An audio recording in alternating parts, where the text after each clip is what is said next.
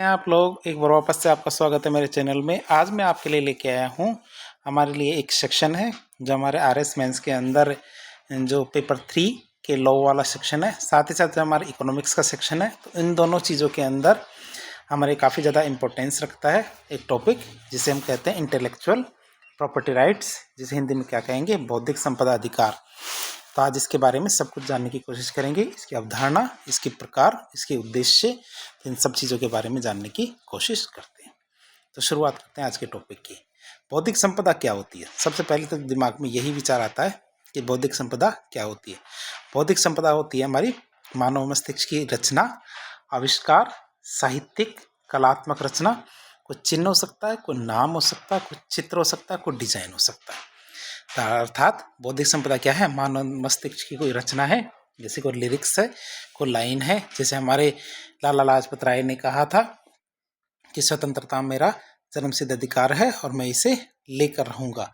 तो इस तरह कुछ लाइनें किन्हीं जो महापुरुष के द्वारा कही गई है, तो वो लाइनें केवल उन्हीं की रचनाएं मानी जाएगी। आविष्कार, जैसे हमारे बहुत सारे आविष्कार किए गए, जैसे न्यूटन ने ग्रेविटी का जो सिद्धांत है उसकी खोज की, तो बहुत सारे ऐसे किए जाते हैं। जैसे हमारे माइकल जैक्सन के कुछ डांस स्टेप्स है, कुछ साहित्यिक रचनाएं, बहुत सारी बुक है। तो बहुत सारे लेखकों ने बहुत सारी बुक लिखी होती है, कुछ चिन्ह है, कुछ नाम है, कुछ चित्र है, ये डिजाइन, ये हो सकती है बौद्धिक संपदा। अब ये इतनी इम्पोर्टेंट क्यों है? क्योंकि इनको क्या है, वाणिज्यिक रूप से उपयोग लिया जा सकता है। जैसे किसी भी गाड़ी पर आप यदि ऐसा निशान देखते हो, जैसे ये 4 गोले हैं, 4 गोले कटे हुए 4 गोले देखते हो, तो आप सोचते होंगे ये क्या है, ये ऑडी का निशान है। क्या? ऑडी एक गाड़ी आती है 4 व्हीलर, तो उसका निशान है ऑडी का। तो आपने काफ़ी ज़्यादा देखा होगा। तो इस एक निशान की वजह से गाड़ी की कीमत करोड़ों में चली जाती है। क्यों? क्योंकि ये निशान क्या है, एक तरह की बौद्धिक संपदा है। क्यों? क्योंकि इस निशान का क्या वाणिज्यिक रूप से उपयोग लिया जाता है। वह कंपनी अपनी पहचान इसी निशान से दिखाती है। इन्हें क्या कानून के द्वारा संरक्षण किया जाता है। क्यों? क्योंकि इन निशानों की वजह से ही जो वो कंपनी है अपने प्रोडक्ट या अपने उत्पादों को बेचती है।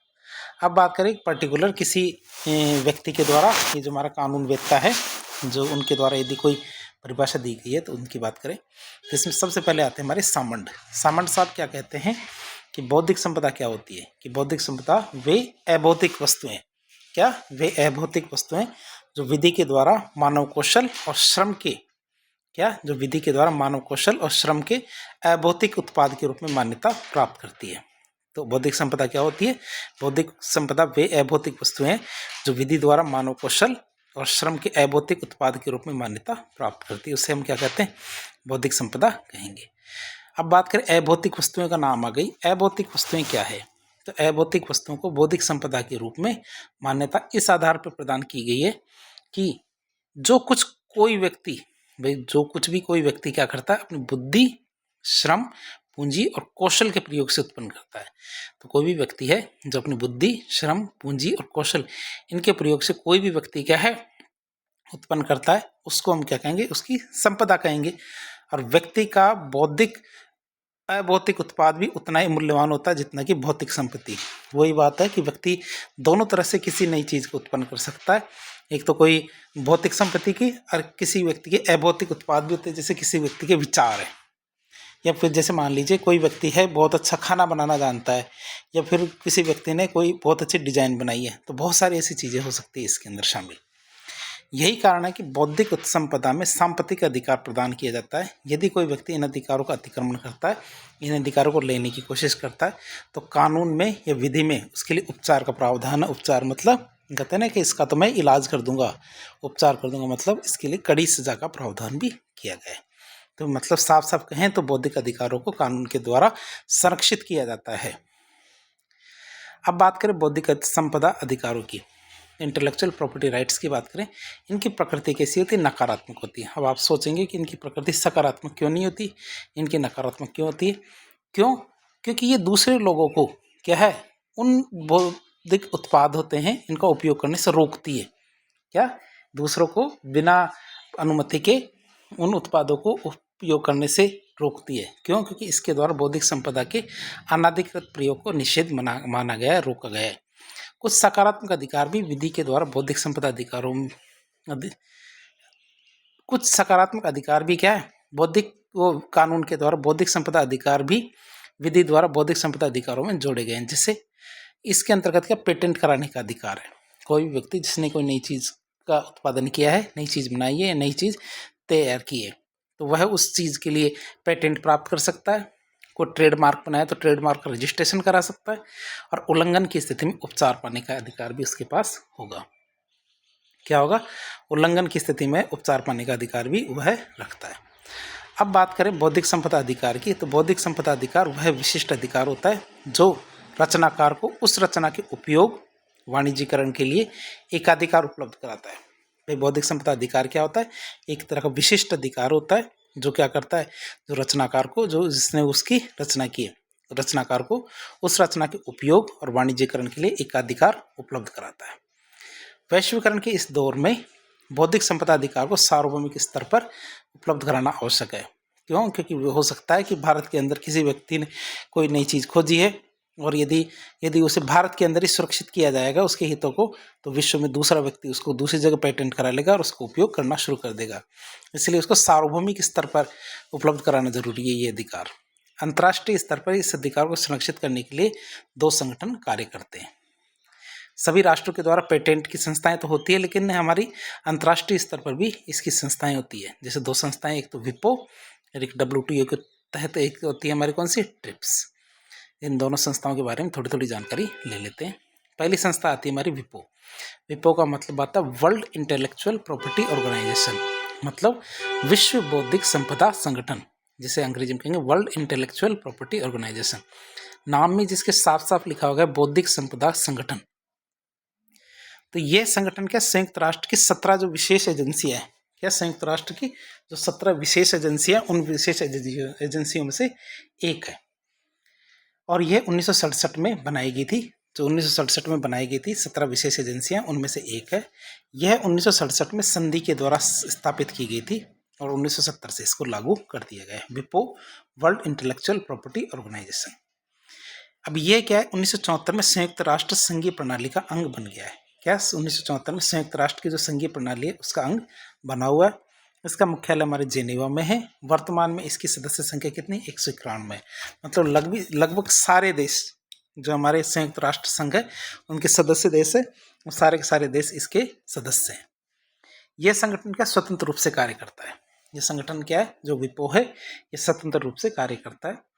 इसके प्रमुख कार्यों में बौद्धिक संपदा संरक्षण से संबंधित संधियों का पंजीकरण, बौद्धिक संपदा संरक्षण हेतु अंतर सरकारी सहयोग, बौद्धिक संपदा हेतु कार्यक्रम बनाना, उनका कार्यान्वयन करना, तो ऐसी सारी गतिविधियां इसके अंदर शामिल है। संगठन का नाम है विश्व बौद्धिक संपदा संगठन विपो। 1967 में इसकी स्थापना हुई थी। अब आता बौद्धिक संपदा अधिकार का व्यावसायिक पक्ष, जिसे हम कहते हैं ट्रिप्स। तो 1994 में उरुग्वे वार्ता हुई थी। 1994 में उरुग्वे वार्ता के परिणाम स्वरूप विश्व व्यापार संगठन का गठन किया गया। 1995 से 1 जनवरी 1995 से हमारे वर्ल्ड ट्रेड ऑर्गेनाइजेशन या WTO काम करना शुरू कर देता है। इस संगठन के अंतर्गत अनेक बातों के साथ एक बहुत ही इंपॉर्टेंट एग्रीमेंट होता है। एग्रीमेंट क्या है, agreement on trade related aspects and intellectual property rights, जिसे कहते हैं ट्रिप्स। इसकी व्यवस्था की जाती है। जब हमारा WTO की स्थापना होती है तो उसमें एक महत्वपूर्ण एग्रीमेंट ये भी होता है। अब ये समझौता क्या है, सदस्य देशों के लिए बौद्धिक संपदा के विनियमन के न्यूनतम मानक स्थापित करता है कि बौद्धिक संपदा के जैसे कोई काम में लेता है तो कौन कौन से पैरामीटर्स होंगे जिनके आधार पर कोई भी बौद्धिक संपदा का कार्य कर सकते हैं। सभी सदस्य देशों को अपने बौद्धिक संपदा अधिकार विधियों को ट्रिप्स के अनुसार अनुपालन करना आवश्यक है। बस सभी देश अपने अपने बौद्धिक संपदा के संबंध में कानून बनाएंगे, लेकिन उनके कुछ पैरामीटर्स होंगे। वो किस आधार पर बनाए जाएंगे पैरामीटर्स, ये अपने ट्रिप्स जो एग्रीमेंट है इसके आधार पर बनाएंगे। भारत ने भी अपने कानूनों को ट्रिप्स के अनुसार ही बनाया है। ट्रिप्स की बात करें तो ट्रिप्स ने 8 प्रमुख बौद्धिक संपदा अधिकारों को सुरक्षित करने पर जोर दिया है। या 8 प्रकार के उन्होंने बौद्धिक संपदा अधिकारों को सुरक्षित करने की बात कही है कि भैया इनको तो सुरक्षित करना बहुत ज़्यादा जरूरी है। बात करें सबसे पहला अधिकार आता है हमारा पेटेंट। पहला अधिकार क्या आता है, पेटेंट। पेटेंट की बात करें तो पेटेंट के द्वारा रचनाकार को दिया गया एक विशिष्ट अधिकार होता है। पेटेंट क्या है, राज्य के द्वारा रचनाकार को दिया गया एक विशिष्ट अधिकार होता है जो सीमित समय के लिए दिया जाता है। अर्थात ऐसा नहीं होता पेटेंट असीमित समय के लिए दिया जाए, पेटेंट क्या सीमित समय के लिए दिया जाता है, ताकि क्या सार्वजनिक स्तर पर उसके आविष्कार को सामने लाया जा सके। अब क्या पेटेंट उत्पाद और पेटेंट की प्रक्रिया, क्या पेटेंट क्या दो चीज़ों पे दिया जाता है, आपको याद होना चाहिए। एक तो हमारा उत्पाद पे पेटेंट दिया जाता है, दूसरा उत्पाद की प्रक्रिया पर पेटेंट दिया जाता है। तो आप इसी को याद रखेंगे कि पहले भारत के अंदर केवल उत्पाद पे पेटेंट दिया जाता था, लेकिन ट्रिप्स समझौता आने के बाद उत्पाद की जो प्रक्रिया है उस पर भी पेटेंट दिया जाना शुरू कर दिया गया है। तो ध्यान रखना, दोनों पे दिया जाता है, प्रोडक्ट पे और प्रोसेस पे, दोनों पे पेटेंट दिया जाता है। यह अधिकार क्या अन्य व्यक्तियों को उस उत्पाद या फिर उस प्रक्रिया के उत्पादन, उपयोग और वाणिज्यकरण करने से रोकता है। रचनाकार को अपनी रचना पर अनन्य सांपत्तिक अधिकार होता है कि वह चाहे तो दूसरे को उसका उपयोग करने से रोक सकता है, और यदि वह उपयोग करना चाहता है तो उसके एवज में उसको रॉयल्टी उस व्यक्ति को देनी होगी। अब पेटेंट की बात करें, पेटेंट कराने का उद्देश्य क्या है। पेटेंट कराने से क्या होगा, पहला काम होता है इससे अनुसंधान को प्रोत्साहन मिलता है। क्या अनुसंधान को प्रोत्साहित करना और आविष्कार है इसकी प्रवृत्ति को बढ़ावा देना हमारा पेटेंट का पहला उद्देश्य होता है। पेटेंट का पहला उद्देश्य क्या है, अनुसंधान को प्रोत्साहित करना और आविष्कार की प्रवृत्ति को बढ़ावा देना। दूसरा उद्देश्य है हमारे आविष्कारकर्ता, मतलब जो हमारा रचनाकार है उसको क्या है, उसके नवीन और उपयोगी आविष्कार के लिए पुरस्कृत करना। क्यों, क्योंकि जो उसने आविष्कार किया है इसके एवज में उसे फायदा होना चाहिए, पुरस्कार मिलना चाहिए, और पुरस्कार के रूप में उसे पैसा चाहिए। तो क्यों, क्योंकि पैसा तो सभी को चाहिए, जिसके एवज में उसे पैसा चाहिए, तो इस पेटेंट के माध्यम से उसको पैसा प्राप्त होता है। आविष्कारकर्ता को उसके आविष्कारों का वाणिज्यिक उपयोग करने का एकाधिकार प्रदान करना है। क्यों, क्योंकि उसका जो आविष्कार है उस आविष्कार से जो वाणिज्यिक उपयोग होगा, तो वाणिज्यिक उपयोग करने का अधिकार किसे मिलना चाहिए, जिसने उसका आविष्कार किया है। तो उसके जो ये हित है इसका संरक्षण करना पेटेंट का उद्देश्य है। तो पेटेंट प्राप्त करने के लिए ये बहुत ज़रूरी है, क्या ज़रूरी है, कि उत्पाद और प्रक्रिया नवीनतम हो। ऐसा ना हो कि पहले से कोई प्रक्रिया चली आ रही है और उसमें कुछ छोटा मोटा परिवर्तन कर दिया, 1-2% कुछ परिवर्तन कर दिया, और आप गा रहे हो कि हमने तो भैया कोई बहुत ही बड़ी नई चीज़ बनाई है, कोई बहुत ही बढ़िया नई चीज़ बनाई है। तो ऐसा नहीं होना चाहिए, नई चीज़ हो तभी वह इस पेटेंट कराए। तो या फिर उसमें कोई नई चीज़ जोड़ी गई हो, नवीनतम हो, या फिर उसमें कोई नई चीज़ जोड़ी गई हो जो उसकी वाणिज्यिक उपयोगिता सिद्ध करती हो, तभी उसको पेटेंट किया जा सकता है, नहीं तो नहीं किया जाएगा। तो पेटेंट कराने के लिए बहुत ज़्यादा ज़रूरी चीज़ है कि उत्पाद या प्रक्रिया बिल्कुल नई हो, या फिर पुरानी चीज़ भी है तो उसके अंदर इतना बड़ा परिवर्तन होना चाहिए कि वो अलग ही दिखना चाहिए। वही है कि उसके कुछ पैरामीटर्स होते हैं, लेकिन बहुत ज़्यादा परिवर्तन होना चाहिए, छोटा मोटे परिवर्तन पे पेटेंट नहीं दिया जाएगा। अब किसी भी उत्पाद या प्रक्रिया का पेटेंट पंजीकरण कराने की तारीख से, जिस दिन उसका पेटेंट कराया है, चाहे प्रक्रिया हो चाहे उत्पाद हो, तो उसका पंजीकरण कराने के 20 साल तक ही दिया जाएगा। क्या 20 साल तक ही दिया जाएगा। वैसे तो हर चीज़ में, जैसे कॉपीराइट है तो कॉपीराइट में बहुत ज़्यादा समय दिया जाता है, लेकिन पेटेंट के लिए नॉर्मली कहा जाता है कि जैसे बनाया, जब पेटेंट अधिकार दिया गया है तो अधिकार देने के 20 साल तक ही वह उस पेटेंट अधिकार का उपयोग कर सकता है। भारत में पेटेंट के नियमन के लिए भारतीय पेटेंट ऑफिस बना हुआ है, और एक एक्ट भी है, कानून भी है, पेटेंट एक्ट 1970, और इसके अंतर्गत नियम बनाए गए हैं हमारे पेटेंट नियम 2003। तो इसके तहत हमारे पेटेंट किए जाते हैं। तो हमारा पेटेंट ऑफिस है भारतीय पेटेंट ऑफिस, साथ ही साथ हमारे राजस्थान के अंदर भी इसका कार्यालय है, जयपुर के अंदर। बात ही देखें तो पेटेंट एक्ट 1970 के तहत ये बनाया गया है और इसी के तहत कार्य करता है, और इसके जो नियम है पेटेंट नियम, ये 2003 के अंतर्गत कार्य करते हैं। अब जो हमने 1970 का पेटेंट एक्ट की बात की, तो उस पेटेंट एक्ट में क्या क्या चीज़ें बताई गई, बात करते हैं। इस अधिनियम के अंतर्गत भारत में केवल प्रक्रिया पेटेंट को मान्यता दी गई थी, कि कोई भी चीज़ किस तरह से बनाई गई है उस चीज़ को मान्यता दी जाती है। प्रोडक्ट को या उत्पाद को पेटेंट की मान्यता नहीं दी गई थी शुरू में जब ये कानून बना था। तो इस अधिनियम को 3 बार संशोधित किया गया, 3 बार बदला गया, 99, 2002 और 2005। तो 3 बार इसमें बदलाव किया गया, और 2005 के द्वारा क्या दवाई, कृषि उत्पाद, रसायन आदि पर उत्पाद पेटेंट को भी उपलब्ध कराया गया है, जिसमें क्या किन किन चीज़ों पर, बहुत सारी चीज़ें हैं जिसमें हमारे उत्पाद पेटेंट को भी शामिल किया गया। पहले तो क्या प्रक्रिया पेटेंट ही दिया जाता था, लेकिन अब उत्पाद पेटेंट भी दिया जाना शुरू कर दिया गया है।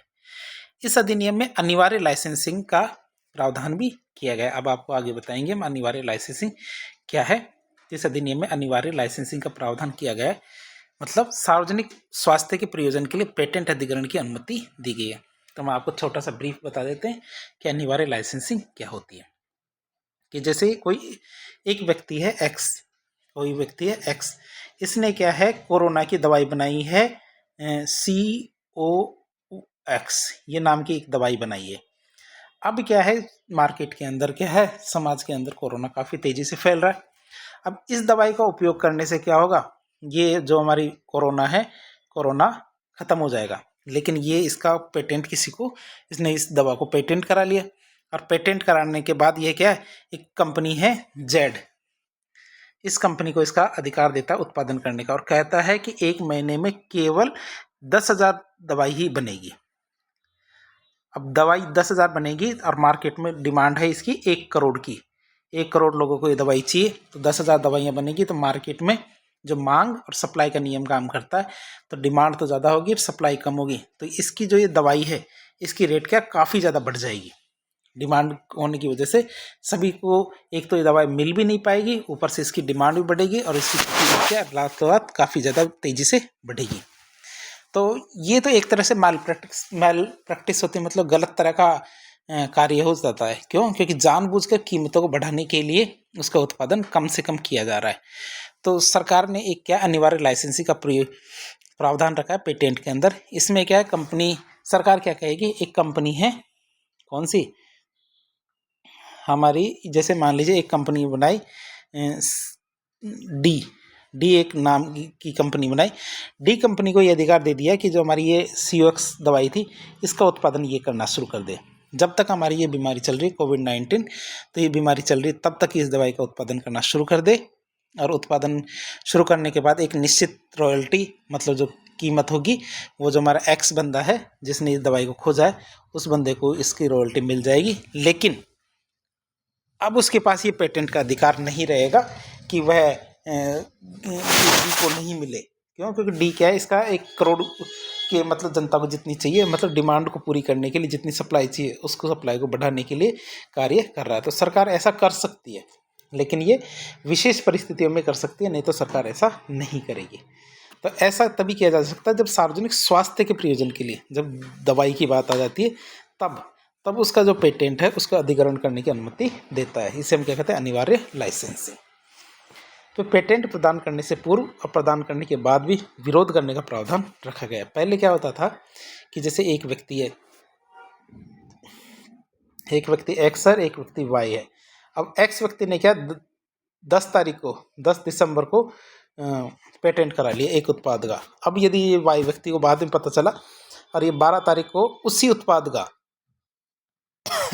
या उसी उत्पाद का पेटेंट कराने के लिए जाता है, वो कहता है कि मैंने ये उत्पाद क्या है 1 दिसंबर को ही बना लिया था। क्या ये उत्पाद 1 दिसंबर को बना लिया था, जबकि ये वाई व्यक्ति ने 10 दिसंबर के बजाय 5 दिसंबर को ये उत्पाद बनाया था। तो इस तरह से देखे तो पहले तो ये होता था, वो कहता था कि भाई जो पहले पेटेंट कराने के लिए आया है उसी का पेटेंट मान्य होगा। लेकिन अब ये इसमें नियम में चेंज कर दिया गया है, और नियम में चेंज करने के बाद कहा कि यदि व्यक्ति ने पेटेंट करा लिया है उसके बाद भी उसकी बात सुनी जा सकती है, जो बाद में आया है, कि भैया कि क्यों ये पेटेंट आपको दिया जाए और दूसरे को नहीं दिया जाए, तो उसका पक्ष रखने का तो उसको मौका दिया जाता है।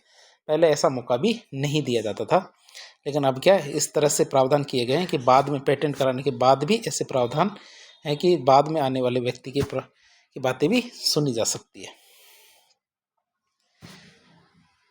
फिर बात करें पेटेंट एवरग्रीनिंग पर रोक लगाई गई है। पेटेंट एवरग्रीनिंग का मतलब होता है जैसे हमारी कुछ दवाइयाँ होती है, कुछ उत्पाद होते हैं जिनको क्या पेटेंट दे दिया गया। अब किसी उत्पाद पे जैसे मान लो 20 साल के लिए पेटेंट दे दिया गया। अब 20 साल तक काम में लेने के बाद वो व्यक्ति जो अपना उत्पाद था उसमें कोई 1-2% चेंज करके 1-2% कुछ चेंज करके दोबारा से पेटेंट कराने के लिए आ जाता है, जिसमें क्या है कि वो जो प्रोडक्ट है उसमें कोई ख़ास परिवर्तन नहीं हुआ है, नया प्रोडक्ट नहीं है, तो सरकार ऐसे चीज़ों पर पेटेंट देने से मना कर सकती है। मतलब इसको हम क्या कहते हैं, एवरग्रीनिंग, कि मतलब फिर 20 साल बाद आ जाएगा, फिर 20 साल। तो एवरग्रीनिंग का मतलब पेटेंट को हमेशा लागू नहीं किया जा सकता।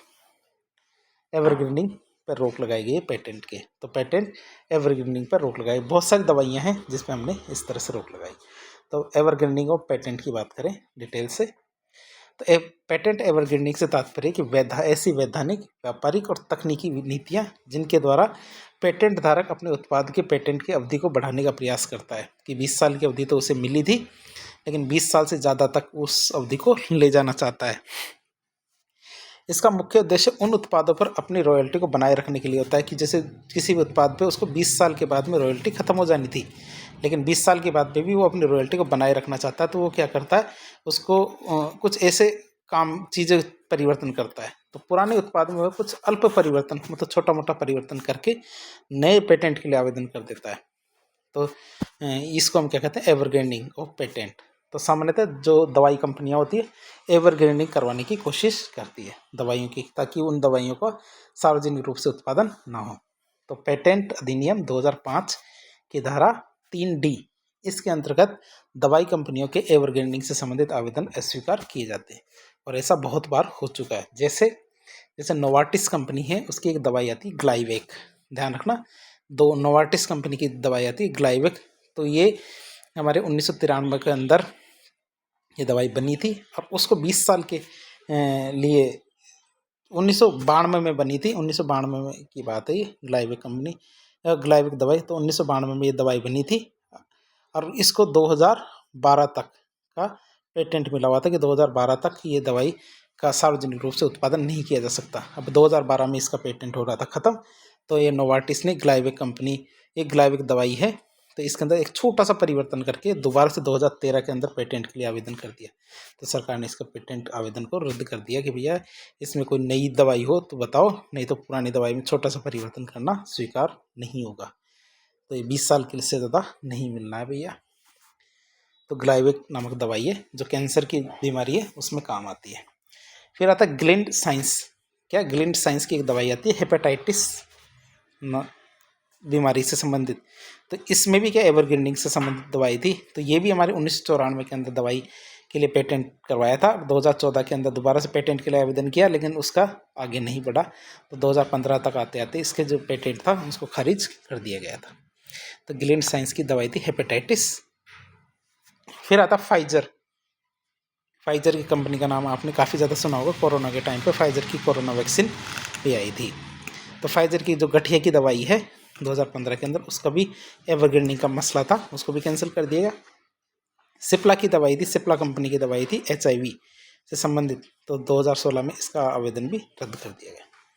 अब बात करते अनिवार्य लाइसेंसिंग की। तो हमने एक बार थोड़ी देर पहले देखा था अनिवार्य लाइसेंसिंग, तो उसको थोड़ा डिटेल से देख लेते हैं कि पेटेंट प्रदान करने की तिथि से, मतलब जब भी पेटेंट दिया जाता है तो उसकी तिथि से 3 साल की समाप्ति पर कोई भी व्यक्ति पेटेंट नियंत्रक को, कि मतलब 3 साल खत्म हो जाने चाहिए, 3 साल के अंदर तो कुछ भी नहीं होगा, लेकिन जब 3 साल खत्म हो जाएंगे तो 3 साल की समाप्ति पर कोई भी व्यक्ति पेटेंट नियंत्रक को आवेदन करके अनिवार्य लाइसेंसिंग प्राप्त करके अधिकार प्राप्त कर सकता है।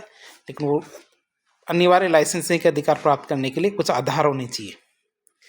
अब वो आधार क्या है, तो आप समझ रहे होंगे बात क्या है, कि जैसे मान लीजिए किसी भी व्यक्ति ने एक दवाई बनाई, अब दवाई बनाने के बाद 3 साल उसको पेटेंट करा लिया, तो सरकार ने उसको 3 साल तक तो कहा कि 3 साल तक तो उसको पेटेंट का अधिकार उसको मिलेंगे। अब देख ठीक है, उसको 3 साल तक पेटेंट का अधिकार पूरे मिले हैं।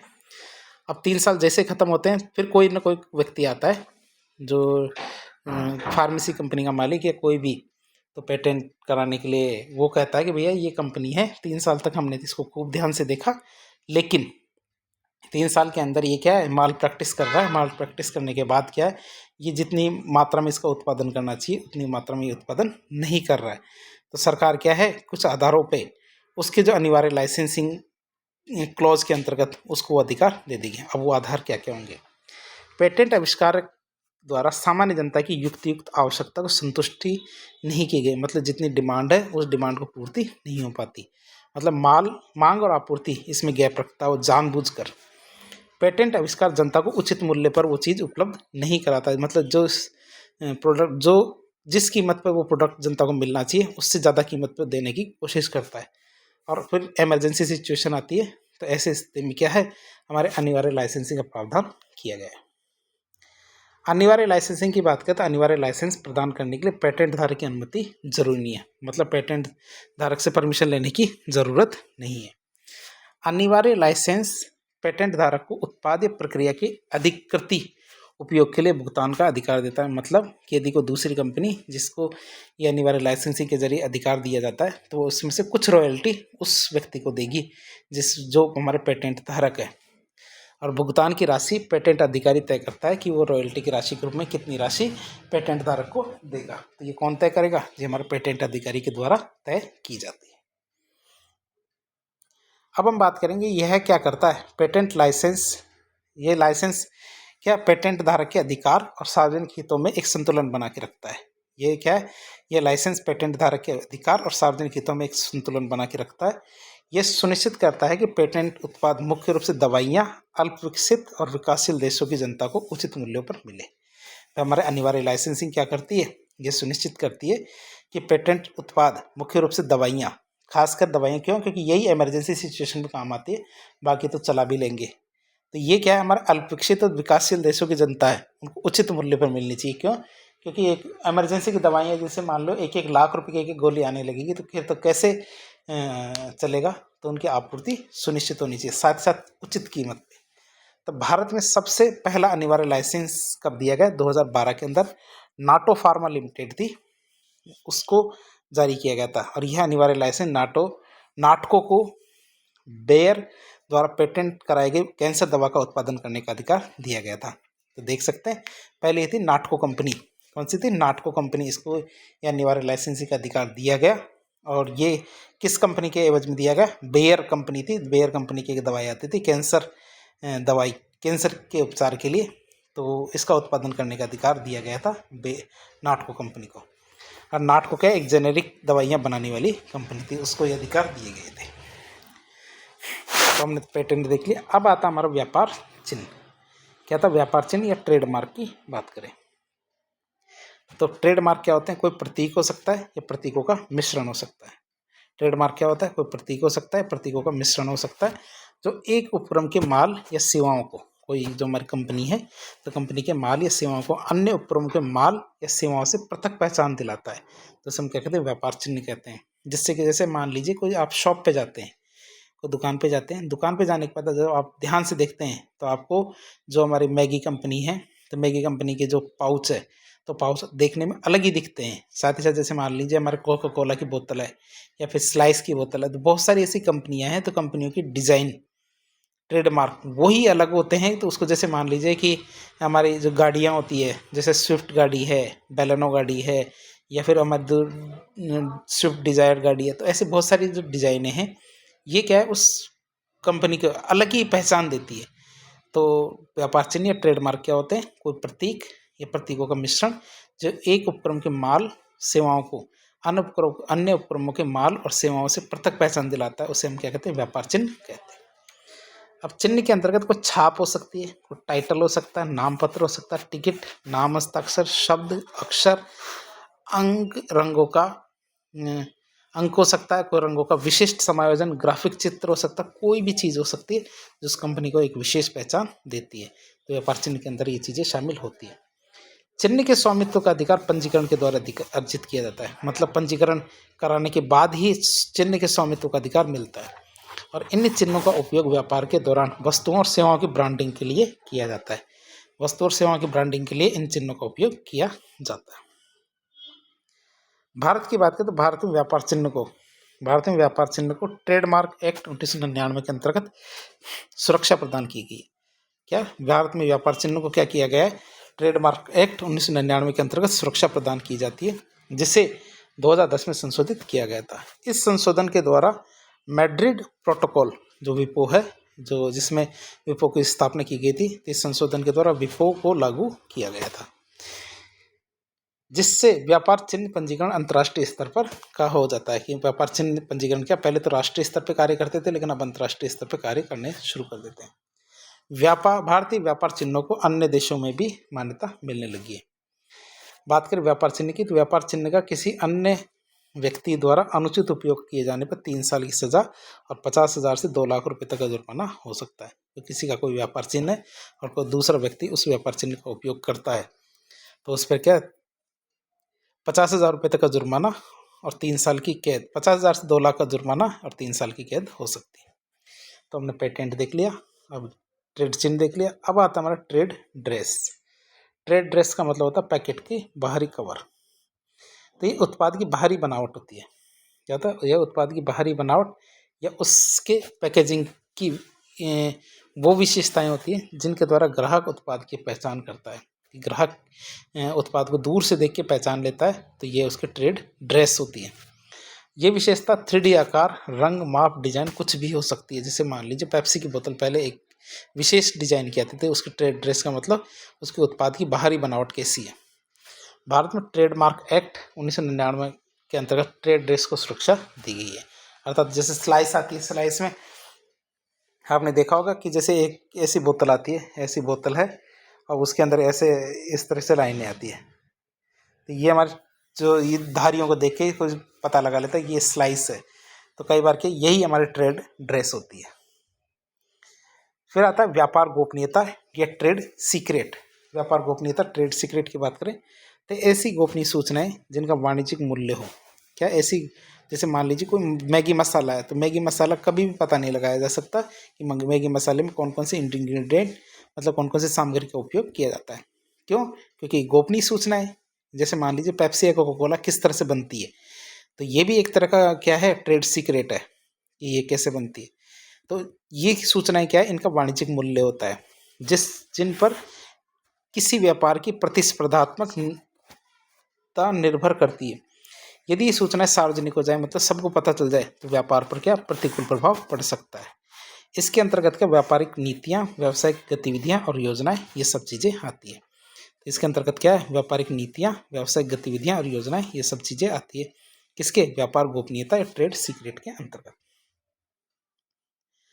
फिर आता है हमारा कॉपीराइट के 6 में से क्या, फिर आता हमारा कॉपीराइट या फिर प्रतिलिपि अधिकार। ये कॉपीराइट क्या है, तो ये ऐसे अधिकार होते हैं जो कानून द्वारा साहित्यिक, नाटकीय, संगीतीय और कलात्मक कार्यों क्या, और सिनेमेटोग्राफ, फिल्मों, ध्वनि रिकॉर्डिंग, मतलब जो गाने वाने होते हैं हमारे संगीत, उनकी बात कर रहे हैं, के निर्माताओं को दिए जाते हैं। तो ये हमारे क्या होते हैं, ऐसे अधिकार होते हैं जो कानून के द्वारा साहित्यिक, नाटकीय, संगीतीय, कलात्मक कार्यों, सिनेमेटोग्राफ, फिल्मों, ध्वनि रिकॉर्डिंग के निर्माताओं को दिए जाते हैं। यह अधिकारों का, ये ऐसे इनको दिए जाते हैं। यह क्या, अधिकारों का एक समूह है जिसमें अन्य बातों के साथ साथ पुनरुत्पादन, जनसमूह को सूचित करने, कार्य का अनुकूलीकरण करने और अनुवाद के अधिकार, ये सब चीज़ें इसके अंदर शामिल होते हैं। तो हमारे प्रतिलिपि अधिकार या कॉपीराइट इसके अंदर गिने जाएंगे। फिर कॉपीराइट की बात करें तो कॉपीराइट कानून क्या, कॉपीराइट कानून क्या है, अन्य लोगों द्वारा इन संपदा की पूर्ण और आंशिक प्रतिलिपि बनाने का निषेध करता है कि दूसरे व्यक्ति इनकी ये तो पूर्ण कॉपी कर ले या फिर आंशिक प्रतिलिपि कर ले, कॉपी कर ले। तो इस चीज़ को रोकने के लिए बनाया गया है। लेकिन यह कानून क्या संपदा दाताओं में उपस्थित विचारों, सूचनाओं और अवधारणाओं के उपयोग को नहीं रोक सकता। जैसे मान लीजिए किसी ने कोई मूवी देख ली, तो वो बता तो सकता है कि उस मूवी में क्या क्या है। तो ये अधिकार के कृति की अभिव्यक्ति की सुरक्षा करता है, उसके विचारों की सुरक्षा नहीं करता। विचार की सुरक्षा पेटेंट के द्वारा ही की जा सकती है। तो हमारी जो प्रतिकृति है, उसकी फोटोकॉपी है, उसी की सुरक्षा होती है हमारी इसके अंदर, कॉपीराइट के अंदर। कॉपीराइट की अवधि रचनाकार के जीवन काल और उसकी मृत्यु के पश्चात 60 साल के लिए होती है। ध्यान रखना कि जैसे किसी ने किसी चीज़ पर कॉपीराइट करवा रखा है, तो यदि वो मर भी जाता है, उसकी मृत्यु भी हो जाती है, तो उसकी मृत्यु के बाद भी 60 सालों तक उसके कॉपीराइट का अधिकार मिलेगा। भारत में कॉपीराइट का संरक्षण कॉपीराइट अधिनियम 1957 के अंतर्गत दिया जाता है। याद रखना, कॉपीराइट का अधिकार 60 वर्षों के लिए दिया जाता है। भारत क्या मराकेश ट्रीटी है, मराकेश जो संविधा है 2013, उसकी संपुष्टि करने वाले राष्ट्रों में से एक है। यह समझौता क्या कॉपीराइट वाले उत्पादों की नेत्रहीन लोगों के लिए प्रतिलिपिकरण की छूट देता है कि कॉपीराइट कोई उत्पाद है और यदि नेत्रहीन, जैसे कोई बुक है, अब बुक क्या है, नेत्रहीन लोग भी पढ़ना चाहते हैं, अब वो पढ़ना चाहेंगे लेकिन उनको तो पढ़ना आता ही नहीं है क्योंकि वो देख नहीं सकते, लेकिन उनकी ब्रेल लिपि के अंदर यदि कोई बुक हो तो उसको तो पढ़ सकते हैं। तो जो नॉर्मल बुक होती है, तो नॉर्मल बुक को ब्रेल लिपि में कन्वर्ट किया जा सकता है ताकि वो उस चीज़ को पढ़ सके। तो ऐसी छूट दी जाएगी। तो इस तरह हमने 3 तो देख लिए, 3 में हमने एक तो पेटेंट देख लिया, तो पेटेंट देख लिया। दूसरा हमने ट्रेड मार्क देख लिया। तीसरा ट्रेड ड्रेस देख लिया था। अब चौथा हमारा क्या था, चौथा कॉपीराइट, कॉपी लेफ्ट। चौथा कौन सा, कॉपी लेफ्ट। तो कॉपी लेफ्ट की बात करें, कॉपी लेफ्ट क्या है। तो वही बात है कि जैसे कई अच्छे व्यक्ति होते हैं, दिल के साफ व्यक्ति, वो क्या करते हैं, कोई अपनी रचना बनाते हैं, कोई चीज़ बनाते हैं, और चीज़ बनाने के बाद कह देते हैं कि भैया ये तो मैंने समाज की भलाई के लिए बनाई थी, ये चीज़ हमने क्यों बनाई थी, समाज की भलाई के लिए बनाई थी। तो वो अपना कॉपी लेफ्ट कर सकते हैं। तो इसके अंतर्गत रचनाकार अपनी रचना को लोगों के उपयोग के लिए मुफ्त में उपलब्ध करवा देता है, तथा इसे कॉपी करने पर कोई प्रतिबंध नहीं है कि कोई चाहे उतना कितना भी कॉपी कर सके। लेकिन कॉपी लेफ्ट की एक शर्त होती है, कॉपी लेफ्ट उत्पाद द्वारा बनाए गए अन्य उत्पाद भी कॉपी लेफ्ट ही होंगे। मतलब वही है कि किसी उत्पाद पे किसी ने कॉपी लेफ्ट लिया हुआ है कि भैया कोई भी इसका खूब कॉपी करो, खूब काम में लो उनकी तरफ से, तो कॉपी लेफ्ट का अधिकार उसको दे दिया। अब क्या है, उस कॉपी लेफ्ट का अधिकार करके किसी व्यक्ति ने कोई एक और उत्पाद बना लिया है, तो ये नियम काम करता है। यदि कॉपी लेफ्ट का उत्पाद का उपयोग करके कोई व्यक्ति एक नया उत्पाद बनाता है, अलग उत्पाद बनाता है, तो उस नए उत्पाद पर भी कॉपी लेफ्ट का अधिकार नियम ही लागू होगा। फिर आता है हमारे औद्योगिक डिजाइन, इंडस्ट्रियल डिजाइन। क्या औद्योगिक डिजाइन, इंडस्ट्रियल डिजाइन की बात करें तो औद्योगिक डिजाइन का अर्थ होता है सृजनात्मक क्रियात्मक है। औद्योगिक डिजाइन का अर्थ सृजनात्मक क्रियात्मक है, जिसके परिणाम स्वरूप उत्पाद की सजावट औपचारिक प्रकटन होता है। मतलब डिजाइन द्विआयामी, त्रिआयामी। तो ये औद्योगिक डिजाइन तो आप समझ सकते हैं कि कोई भी डिजाइन हो सकती है। जैसे हमारी जो मर्सिडीज होती है, तो मर्सिडीज का लोगो क्या होता है, मर्सिडीज का लोगो होता है हमारे जैसे एक गोला, और गोले के अंदर ऐसे तीन इस तरह का चक्कर होता है, तो ये हमारा मर्सिडीज का डिजाइन है। तो औद्योगिक डिजाइन हो सकते हैं। तो ये 3D भी हो सकते हैं, ये तो आप वैसे भी समझ सकते हैं। डिजाइन का संबंध आकृति हो सकती है, कोई विन्यास, कोई पैटर्न, अलंकरण, रेखाओं और रंगों का मिश्रण हो सकता है। तो बात करें हमारे डिजाइन का संबंध क्या, आकृति, विन्यास, पैटर्न, अलंकरण, रेखाओं और रंगों के मिश्रण से होता है। भारत की बात करें तो भारत में इस डिजाइन को डिजाइन एक्ट 2001 के अंतर्गत सुरक्षा प्रदान की जाती है। भारत में क्या, इस डिजाइन को, इस अधिकार को डिजाइन एक्ट 2000 के अंतर्गत सुरक्षा प्रदान की जाती है। पंजीकृत डिजाइन को 10 साल तक की सुरक्षा दी जाती है। अब डिजाइन की बात करें तो डिजाइन का अधिकार आपको कितने साल के लिए दिया जाता है, 10 साल के लिए। डिजाइन का पंजीकरण अगले 5 सालों के लिए दोबारा से करवाया जा सकता है। 10 साल के लिए तो दिया ही जाता है, साथ ही साथ 5 साल के लिए और भी आगे बढ़ाया जा सकता है। फिर बात करें पौध किस्में या प्लांट वैरायटी की, तो नई पौध किस्म बनाने के लिए पौध प्रजनक किसानों और अनुसंधानकर्ताओं को यह अधिकार दिया जाता है। नई पौध किस्में बनाने के लिए पौध प्रजनक जो किसान है और अनुसंधान करता है, उनको अधिकार दिए जाते हैं। उस अधिकार के अंतर्गत नई किस्म के पौधे बनाने वाले को उस पौधे की बिक्री, उत्पाद और निर्यात पर एकाधिकार दिया जाता है। मतलब कोई व्यक्ति है, जैसे मॉन्सेंटो कंपनी थी, मॉन्सेंटो कंपनी क्या करती है, जो हमारे अमेरिका के अंदर नई नई बीजें बनाती है, जैसे हमारे बीटी कॉटन, बीटी ब्रिंजल, तो ऐसे करके हमारे जो जेनेटिक GMO होते हैं ना, जेनेटिकली मॉडिफाइड उत्पाद, तो वो बना बना के देती है, बीज देती है। तो वो कंपनी ऐसा करती है। तो यह अधिकार 15 वर्षों तक संरक्षित रहता है। इस नए पौधे की किस्म को बनाने में यदि स्थानीय समुदाय का योगदान रहा तो उसे भी भुगतान करना पड़ेगा। यदि इस नई किस्म को कोई किसान उपयोग में लेता है तो उसे उचित लाभ, और उसे उचित लाभ नहीं मिलता तो उसे मुआवजा उपलब्ध कराना पड़ेगा उस व्यक्ति के द्वारा, उस कंपनी के द्वारा। भारत में पौध किस्म का संरक्षण, भारत में क्या, पौध किस्म का संरक्षण पौध विविधता संरक्षण और किसान अधिकार अधिनियम 2001 के अंतर्गत किया जाता है। इस अधिनियम के अंतर्गत 18 पौध किस्मों को पंजीकृत किया गया है, जैसे हमारे चावल, गेहूं, मक्का, बाजरा,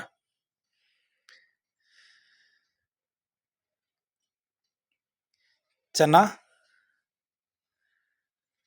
मूंग, उड़द, मटर, राजमा, दालें, रेशेयुक्त फसलें, कपास की 4 किस्में, पटसन की 3 किस्में।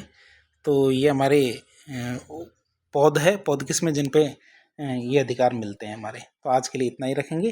दूसरे पार्ट में इसके आगे का पार्ट देखेंगे। हमारा पार्ट फर्स्ट होगा बौद्धिक संपदा अधिकार से संबंध में। पार्ट सेकंड के अंदर इसको पूरा कंप्लीट करने की कोशिश करेंगे। तो आज के लिए इतना ही। वीडियो पसंद आया तो वीडियो को लाइक करें, चैनल को सब्सक्राइब करें, अपने दोस्तों का शेयर करें। धन्यवाद।